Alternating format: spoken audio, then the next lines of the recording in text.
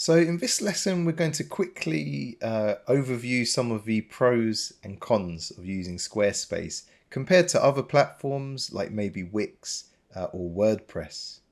Now, the first pro is that Squarespace is easy. I mean, seriously easy to use.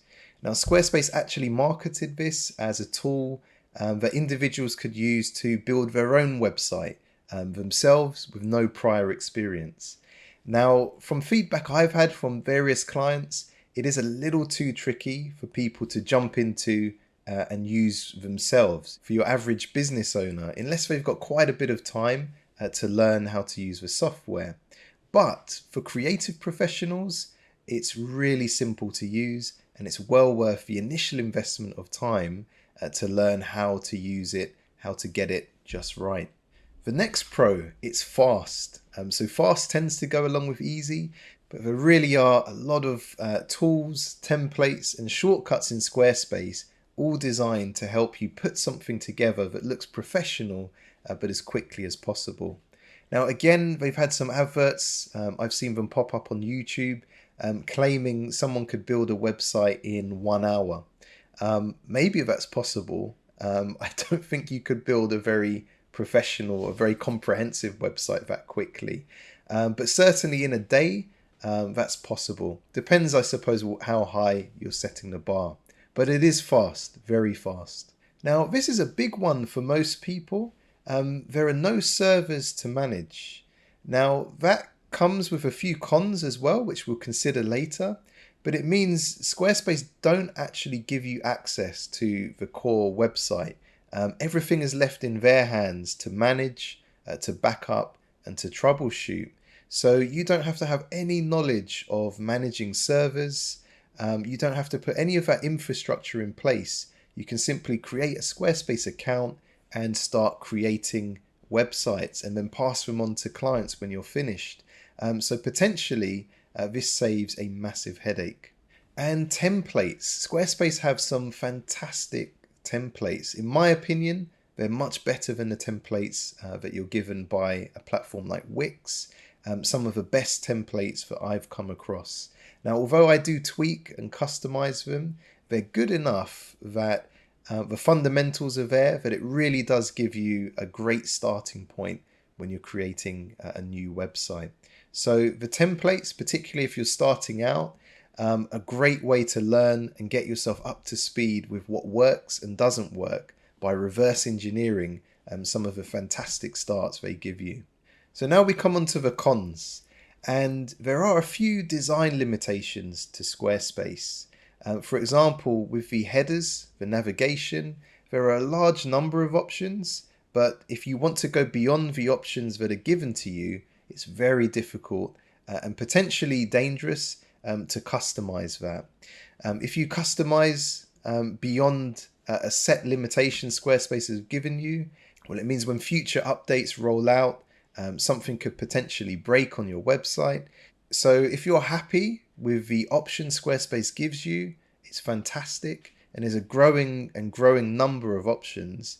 But if you want to do something that's truly bespoke, or if you're working for clients that you know are very particular and meticulous, and won't accept, here are maybe 20 or 30 options, but I can't go beyond that, well then, yes, you may run into some issues. I would say for the vast majority of clients, the options that you're given are all best practice, they're what works, and they're good enough that there's always something for anyone.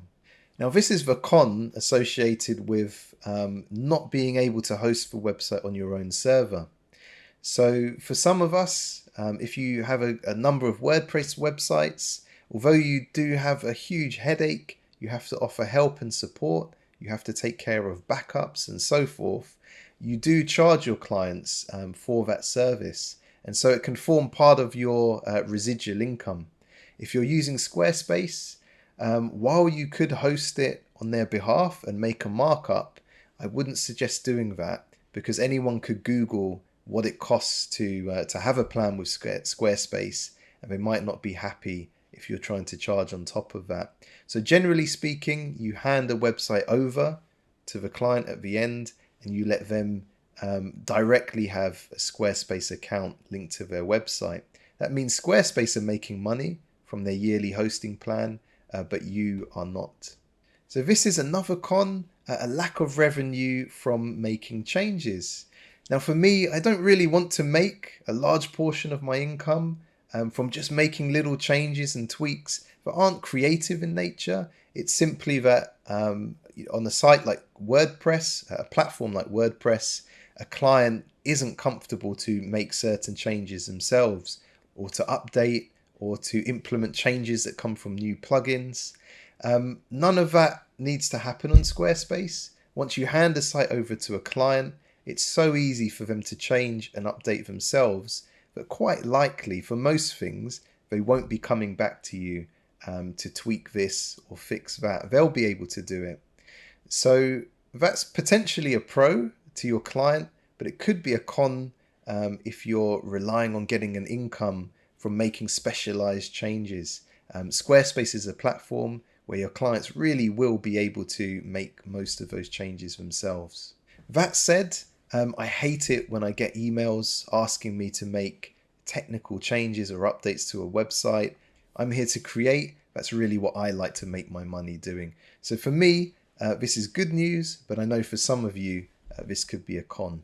And our final con, and this isn't a deal breaker by any means, but while the SEO on Squarespace it's decent, I would say it's good, it's not as good as WordPress. So if you're pushing for really competitive search terms on Google, you would notice a WordPress website has an advantage. You're not going to notice that difference or that advantage unless you're really, really optimizing and going for extremely competitive keywords. But even so, it's a factor to consider. Its SEO is okay, but it's not outstanding.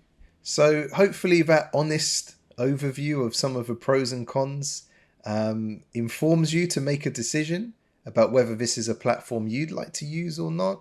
I use both Squarespace and WordPress. I've had a quick try with a few sites on Wix, and Squarespace is one of my favorite platforms. I use WordPress too for the more bespoke or sometimes more demanding jobs, but Squarespace for many of my clients has been absolutely fantastic.